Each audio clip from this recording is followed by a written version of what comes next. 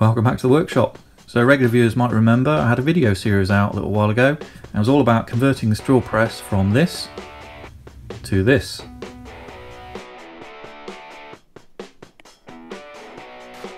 Along the way I made several modifications. So it did have a single phase motor, so I swapped that out for this 3-phase motor, and then to control that I built this custom enclosure and a control system. So we've got our 3-phase inverter in there, and there's an over temperature sensor and some other bits and pieces for fans and so on. Also then went on to make this custom control unit at the front here. So with that I could start the motor,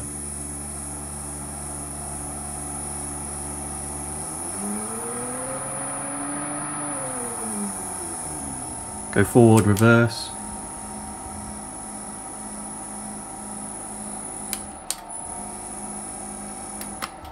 also added this jog function, and that was specifically for tapping in taps, so you can jog down to tap the hole and back it out again. And of course the emergency stop. I also added a digital readout on the X and Y for the table, but also on the whole knee going up and down. So if you loosen this clamp, wind the handle, and you also get a readout for the vertical position as well. And in common with a lot of drill presses, I also added some extra functionality. So we've got a little digital readout here for the quill depth, and then I added these little stops. So we've got a stop if you want to drill to a certain depth, and there's a locking collar. And then there's quite a strong spring in this, which can be a bit annoying if you want to hold the quill in a certain position. So I added this little quill hold feature. Yeah, so I don't regret building all this functionality into it. It's really made this into a nice to use machine. I can pick up off an edge using the edge finder, go to the center, drill some holes, drill a hole pattern, whatever it is the drawing calls for, and then not losing your position when you move the whole table up and down. Get a much longer drill in. Let's say if you're tapping, or you go to a big drill and then to a center drill, you can move that up and down, but don't lose your position. That is really nice. So it's a good machine and I like it, but could it be improved?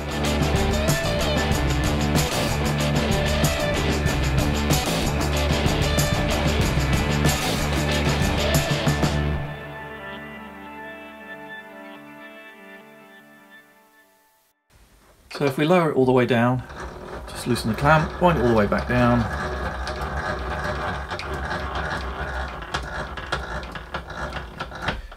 Let's hit the end stop, and we've got from table to the quill about, let's say 175mm, so about there. And then to the top of the vise, even less, probably 110.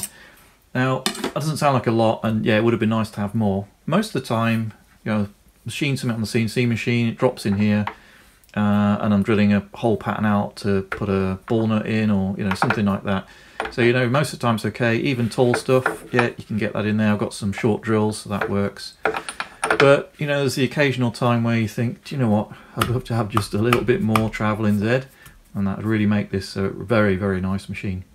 So one of the design features here is that we've got our 2 linear bearings that run on a 20mm rail, and they go onto this back plate, and then obviously there's a little bit of triangulation, and that's what the knee runs up and down on. And then behind here, behind this column, you might just be able to see it if I bring you in for a close-up, there's a ball screw, and it's a 16mm ball screw, and there's a ball nut holder, and that's what drives the whole knee up and down. And then at the front round here, we've got our locking mechanism, you just about see under there. And with all that, because if you're holding at the ball nut there and there's all that big force and big moment, you do need 2 on here, and with that amount of separation, and you can see we're right at the bottom now. We could have got a few more millimeters of rail, not a huge amount, and because I'd drawn all this up using tape measure and things, I didn't want to get too close and have it not actually go together. You can see we're only just clearing on the side rails there. So sometimes on an engineering problem, when I get stuck, one of the things I do is just remove that thing that is causing the issue and then find another way to achieve the same thing. So I thought to myself, okay, so if we don't have this lower bearing and we cut this off here, we can gain, what's that, probably at least another 80-90mm of travel, which would be welcome. Also, if I do that and now I can see what I've got and allow it to come down past the foot of the machine down here, I can probably go even further. So if I crop that off, great, I'd have the travel, but now all that moment would be reacted against that single bearing there, and this is quite heavy, this table, and also when you're drilling with loads and so on, yeah, you got the clamp, but I didn't really fancy that too much. I thought that would not be the bearings would probably not live very long. I could look at the moment that they can take and work it all out, but intuitively it didn't feel like a good idea. So then next step was, okay, crop that off, that doesn't work, what else could we do? Okay, so this wasn't here on the original design, this clamp system. I just had a little kind of shoe brake back in there which didn't work. So for those of you who remember the video series, I had to upgrade to this in the end. Now, if you think about it, when it's drilling and in usual use, you're not moving the table up and down, all the load really is taken by that, and the bearings are just there just to stop it falling over and keep it in place. Because this is almost directly under the table, so drilling loads are always in one place, takes the weight of that, all good. The only thing is when you loosen that off and move it up and down, that is when you'd suddenly put a huge moment onto those bearings, and they probably wear out pretty quickly because you're pushing the ball screw up from the back. Got the bearings here, and then you've got no support at the front. Then I thought, okay, so what happens if we move the ball screw to here? Then it's permanently taking the weight, lifting it up and down, and again, those single row of bearings are only just to hold it in place and stop it moving about, and I can crop these off quite a lot and gain probably another 100 mil at least, you know, so another 50% or so on the travel. Now, that was fine, except I couldn't work out a way whether I could have this lift mechanism with a ball screw concertina. Now there are systems where you can have one screw inside another, but they start to get quite complicated. So I thought, do you know what, I'm just going to go the easy route, and that is we allow it to stick out the bottom, drill a hole in here, and if necessary even go through this table, because you've got another 40 mil here, and then there's quite a bit of clearance to the top of this, whatever's in this drawer. If you're at full depth, you know, maybe worst case it might hit something, I don't know. But there's probably at least that much, you know, so 80, 90 mil below that, and that might be enough. With my calculations, I think that would probably do it, and still give you enough length of that ball screw to lift the table to the maximum height. So the plan is to turn this into something more like this. Okay, let's hop over into CAD. So as you can see, I've already cut those side pieces down, so the triangle bits there are a little bit shorter. So I'll bring the table down, let's see how much room we've got. So the limiting factor mainly is not hitting that ball nut there. It's the grey piece, it's going to rotate. So that'll have some 5mm cap heads on it. So probably somewhere there, to avoid touching those. And then if we come and have a look around the side, got a little bit on the rails, maybe we can sneak another few millimetres. Yeah, that looks okay. Anywhere else touching? Looks clear all the way around. Now I do know the ball nut at the back needs a lot of work, but we'll get onto that a bit later. Right, so what does that leave us? Let's measure. Let's measure from this. In fact, let's measure from the surface. Then it will be. It should give us a normal measurement. So 290. Yeah, best part 300. So yeah, nearly double. All right, I think we'll take that. We've got a bit of a plan here. Okay, so while we're in the CAD, we may as well give you a bit of a section view of the motor drive system, so you can see how that works. So I've just cut it down the middle here. There's the DC motor and the gearbox. That will be the drive pulley that comes off there, and then that drives the other pulley. That's connected to the ball nut there. And then to make that a bit longer, I've got that sleeve that will press on it, and then that will sit against those two yellow ones are the two radial bearings, and then there's a locking collar at the bottom there, just in case, just to stop it pulling up. And that green band there, you can just see that is the thrust washer or thrust bearing that will take all the vertical loads from the drill press. And then it'll all sit on that plate there, connected via those brown blocks down to the T-slots, which are already there in the table. So yeah, it's quite compact. It'll give me lots of options for driving the table.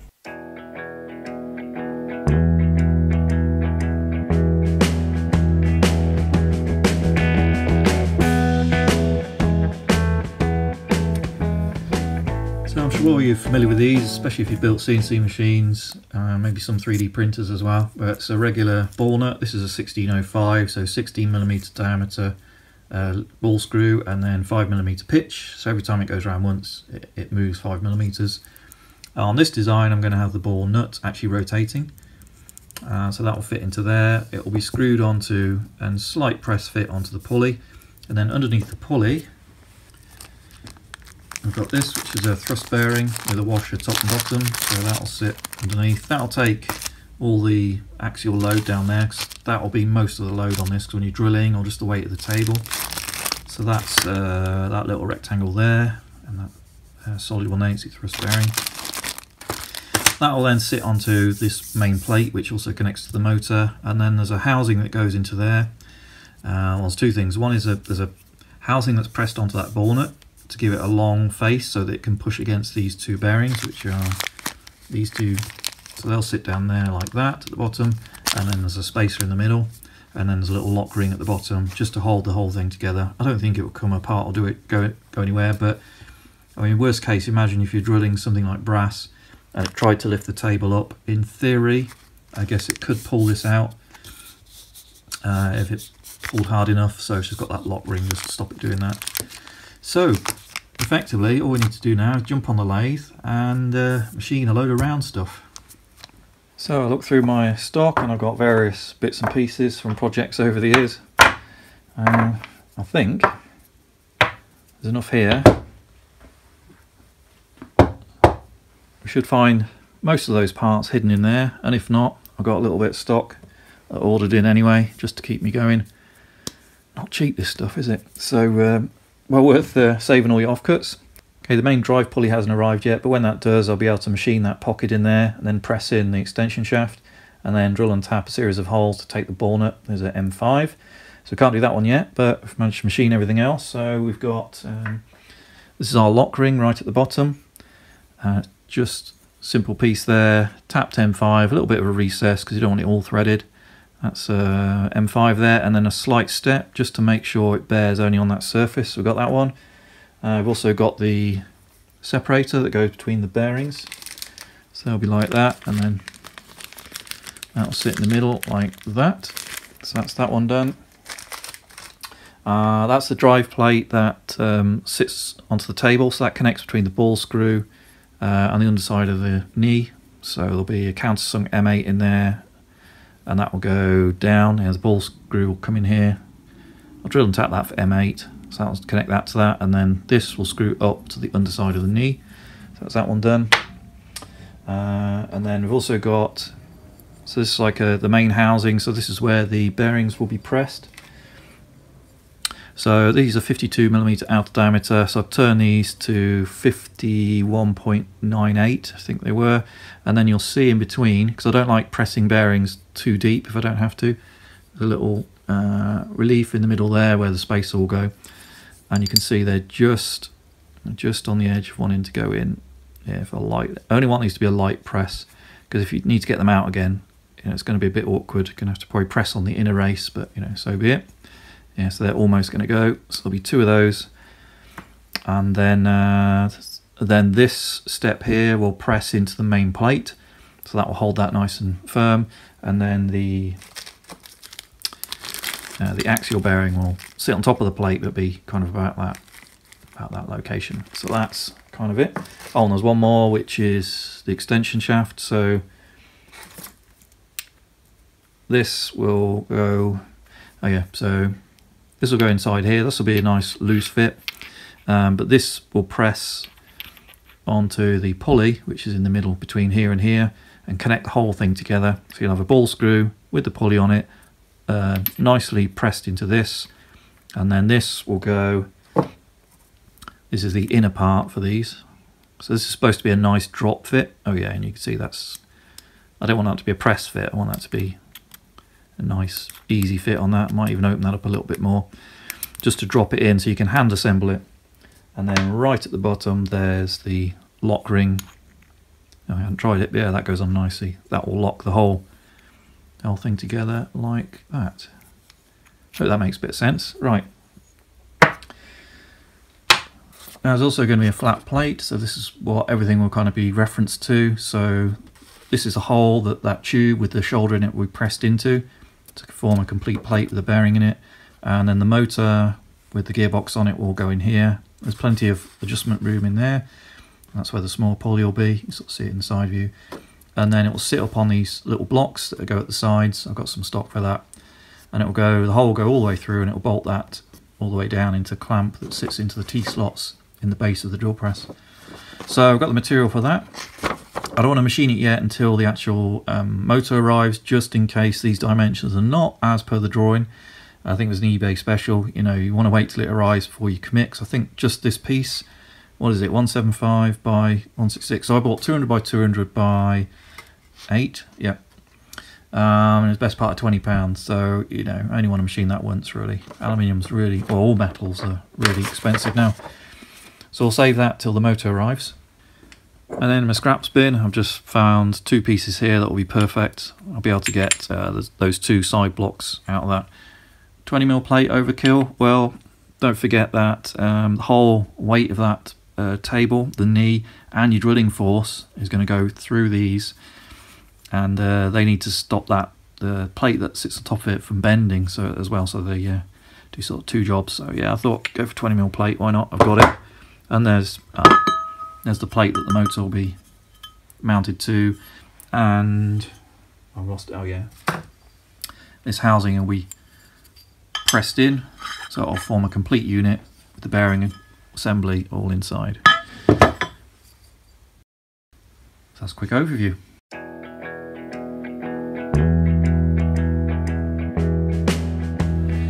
Okay, so the motor and the pulleys arrived, so I thought I'll talk a little bit about those. So that's the model number there. This is a 24 volt DC motor. I've coupled it up to this gearbox, so we've got a worm gear on there that prevents it back driving, and then there's a series of reduction gears that gets you to 470 RPM on this particular model.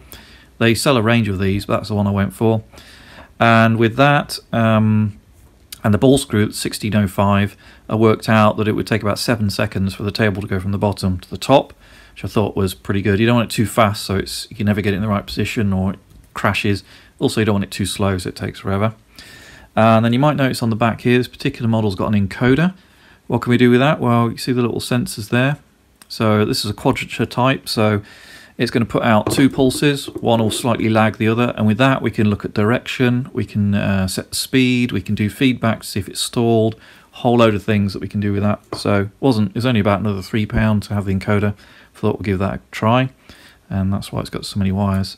And then the pulleys, they're here. So we've got the one that goes on the motor is that one, and then the one that I've got to machine and put a recess in it and a whole load of things, that's the one that will ultimately have the ball nut on it there, and that'll just drive through that. That's a HDD5. Now I did a few calculations and got 330. I think it's going to be a little bit close. It's probably a bit too long, so I'll probably order another one to step down and then make sure it's definitely going to go, because I think I've gone a bit too far between centres. But that's okay, they're not too expensive. Alright, so that's our motor and our drive system.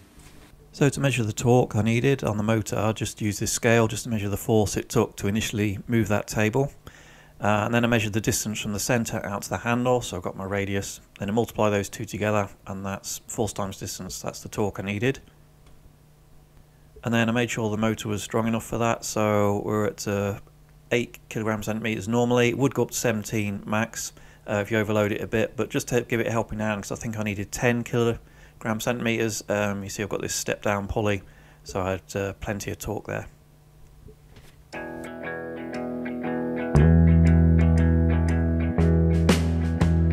Okay, so as you can see, the pulley's arrived. This is the one that goes on the ball nut. I'm holding it on this end at the moment. I did have it in a 3-jaw, but wasn't very happy. It wasn't quite running concentric with the teeth on here. It was about 0.05 out, so not massive, but I thought I'll just try and get it as good as I can. So I swapped out to the 4-jaw. I'm holding it back here because ultimately we'll machine that away.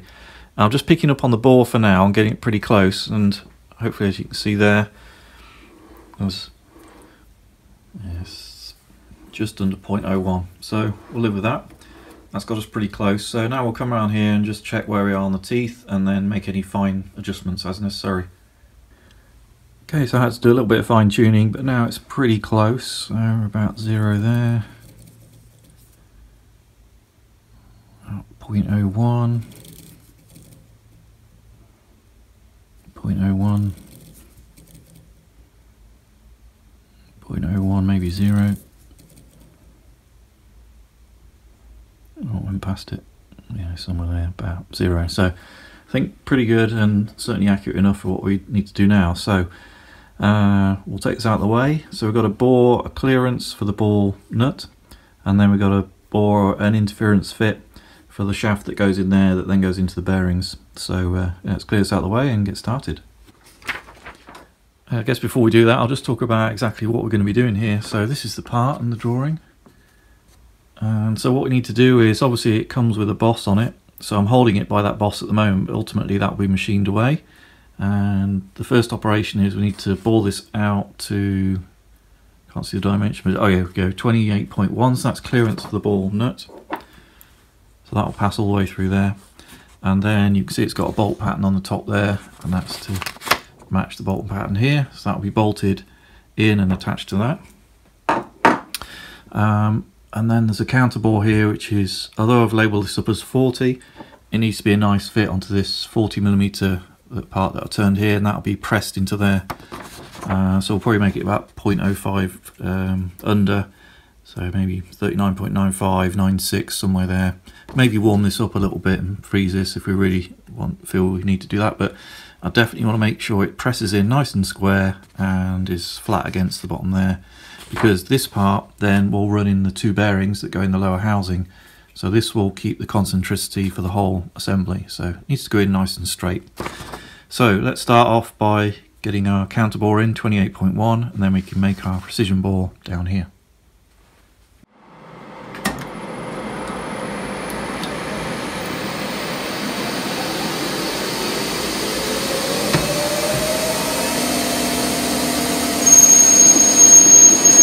Ooh.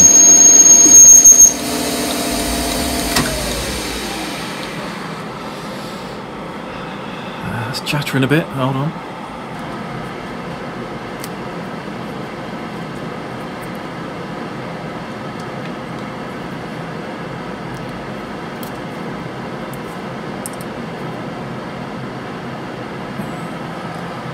Okay, let's try it again.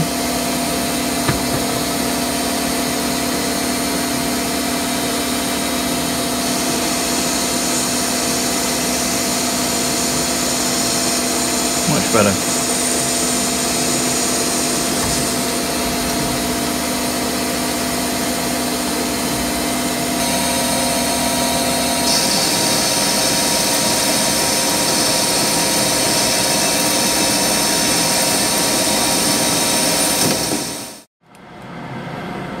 Okay, it should be at 25.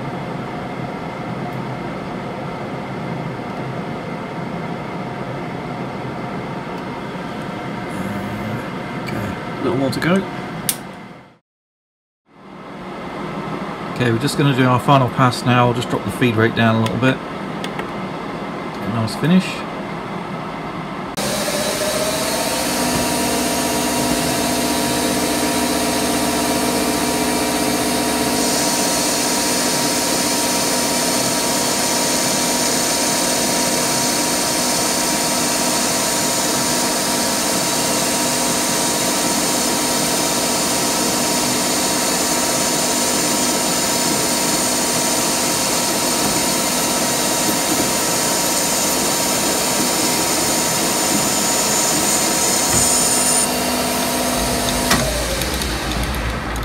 Should be it.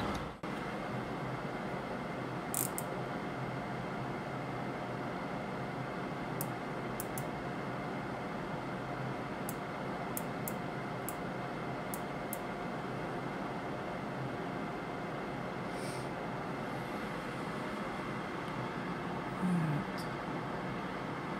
28.09. Alright, we'll take that. Before we go too much further, we'll just give it a go with the ball nut. So I'll just take this off.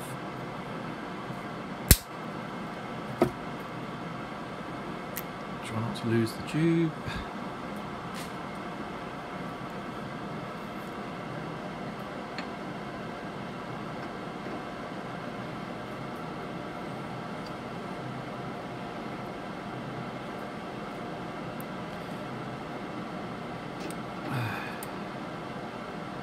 Catching. Ah, it's going to... Of course, it's bottoming out, isn't it? Okay. Looks good. Okay, I've just taken the final pass there, so it should be 39.96 or 97.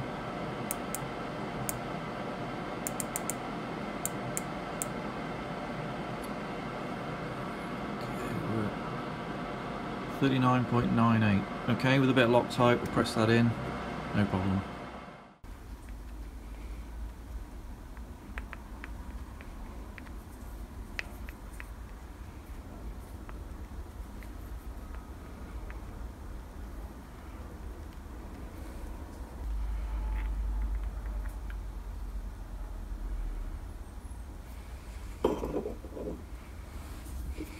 Okay, here we go.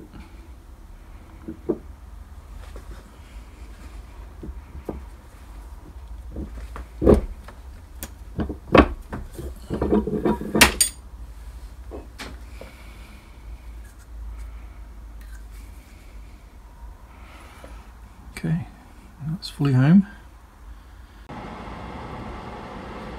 Okay, so we're back over at the lathe. We're holding it now by that collar we just pressed in. I've given it a little bit of time for the glue to set. It's running pretty true. All we've got to do is machine off that boss and then drill and tap the 6 holes. Do that over on the drill press. Alright, let's machine the boss off.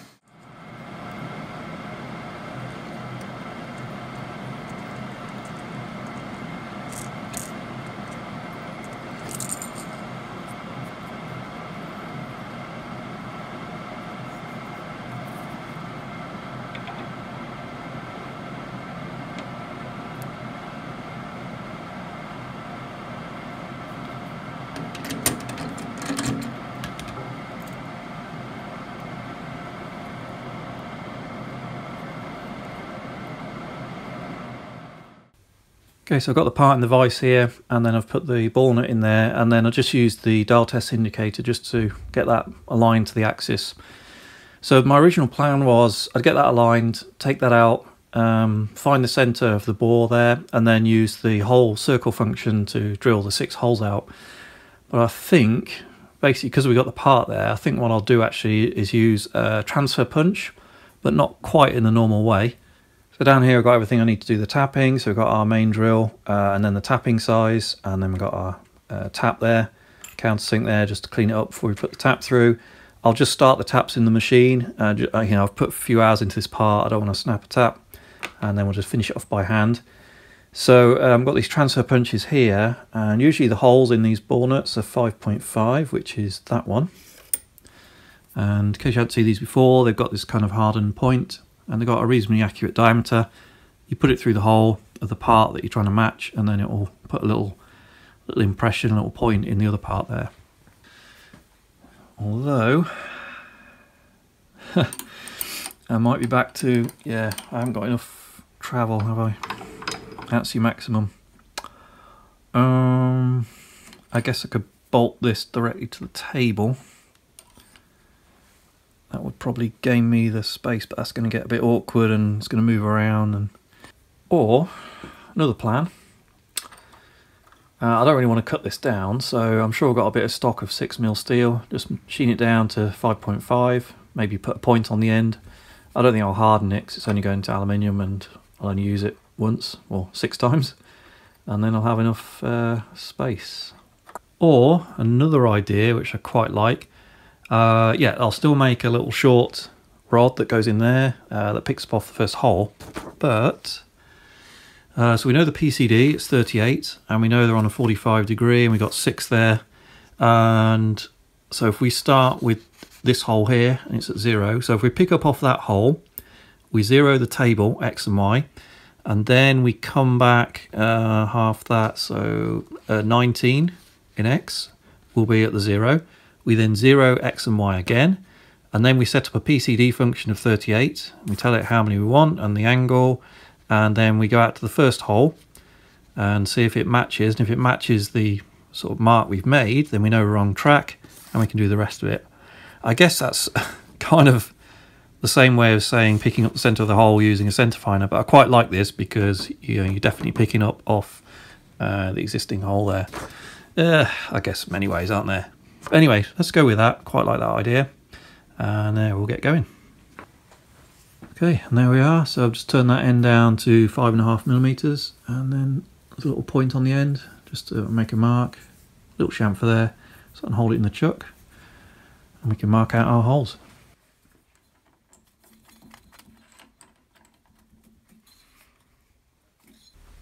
Right, let's pick up off our start hole, and then we'll call that plus 19, and then it'll know where the center is, and then the PCD, number of holes, that'll all work out. So just going to pick that up first.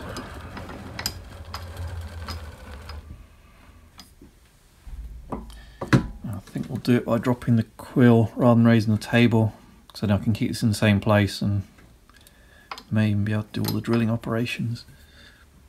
So I'm trying to work around the camera a little bit here.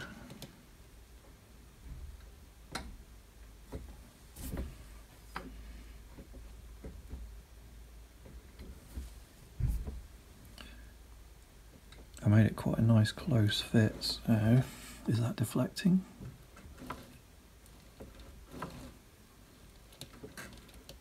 I think we're there.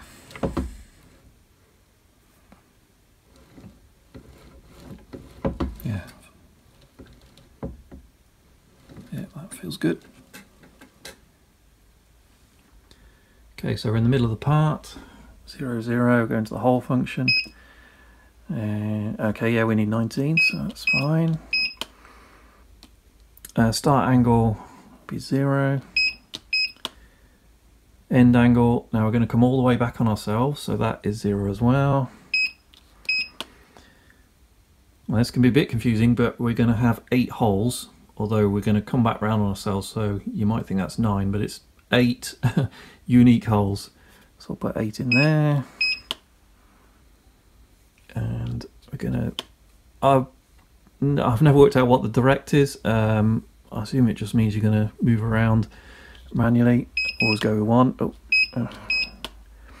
And then there's our first hole. And then just to check, so the first hole, it wants us to move that way 19. If we go all the way around, there should be a positive 19 in here somewhere. Oh, there it is. Oh, sorry, no, we're looking for that one, aren't we? Getting ahead of myself. There it is. Yeah, so it looks sensible. Right, so let's go and drill that hole pattern. So we'll jog that over until it reads 0.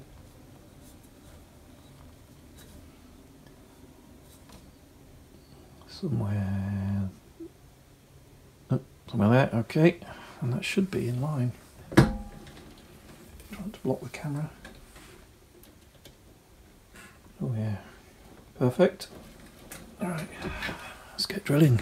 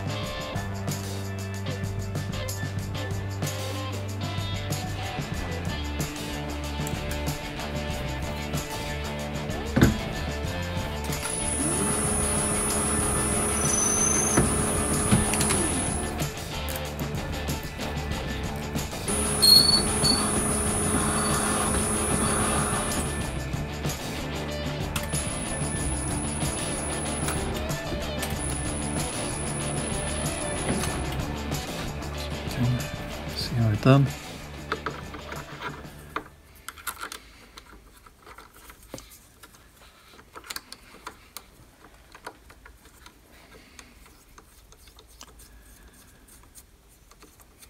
Okay, looks good.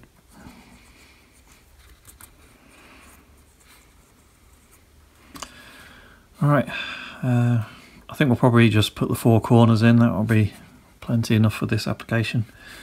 Right, looking good. That's our ball nut complete.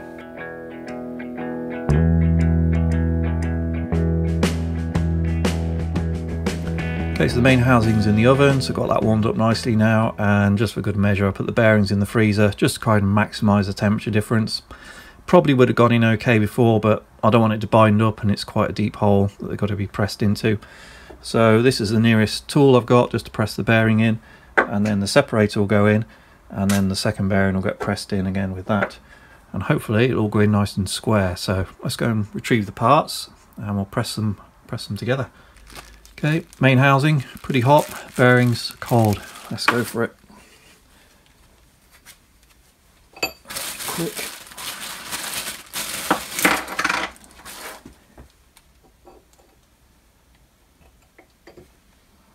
Get it. Oh, all right, that'll do it. I knew it was close. All right.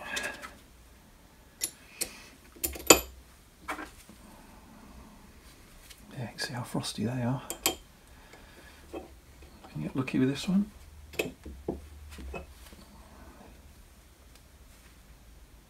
Oh, it's not gone all the way home. All right.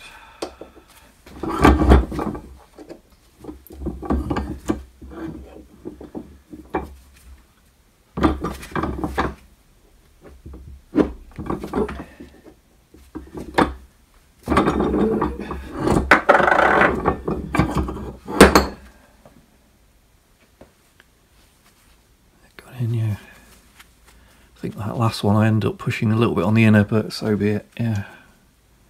Oh no, maybe not. Should have been okay. Oh, yeah, still got a bit of heat. Alright, so when that cools down, that should be a nice fit in there.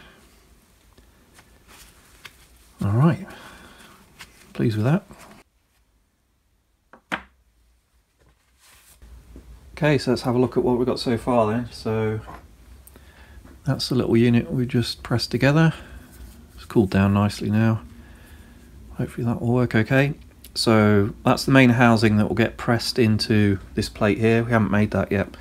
That will get pressed in from the underside, and then obviously we've got our bearings and spacer in there, and into that goes this piece here. So that's the pulley we machined earlier, and we put the holes in it and then pressed in this extra spigot. Now that is supposed to be, well actually there's a few bits in between, aren't there? So we've got our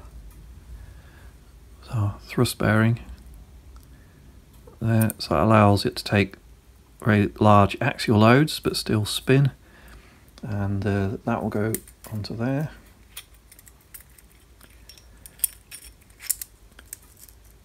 And then all of that sits onto the main drive plate there, which we haven't made yet. And then underneath this gets pressed in, and then that will press into those bearings. Now I wanted it to be a bit of a hand assemble, so you could put it together and pull it apart. Feels like I might need to just lineage down that outside. It's a little bit tight, but you get the idea. That will go onto there. Oh, I can get it apart. So that's like that. Then we've got that one. And then on the bottom there, imagine that's through there, we've got our lock ring, which will just sit on there. I think what I'll do actually is just machine a little flat inboard so that the grub screw is trapped, so it, even if it's loose, it can't really come undone. It'd have to back out a long way, and we'll thread lock that in. And that'll hold the whole thing, just in case when you're drilling it tries to pull the whole table up. You know, that would pull that out there, so that'll hold that in place. So that's those. And then I'm actually going to use the ball nut out of the machine, but it's currently obviously in there, so we'll just show you that will go into there. Yeah, be screwed onto there. And then when this turns in the bearings, it'll obviously move the ball screw up and down.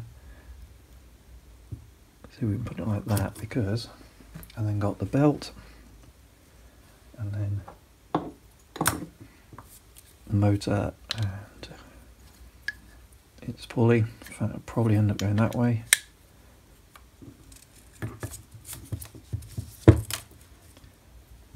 Something like that, yep. And the last thing to go on here is, once we've got our ball screw up here, it'll have an end machine, so this will screw down from here onto that, and then this will attach it to the table. So when that moves up and down, obviously that doesn't rotate, but it will push it up and down. That'll move the knee up and down, so that will go on there. So I think all we've got left to make then is the plate. I've got the material, but I think we'll probably run out of time in this video. But we've got the main drive mechanism going, and yeah, looks like it's going to work. Very pleased with it so far. So I hope you enjoyed watching that. If you want to follow along on this project, feel free to subscribe. And with that being said, we'll see you next time.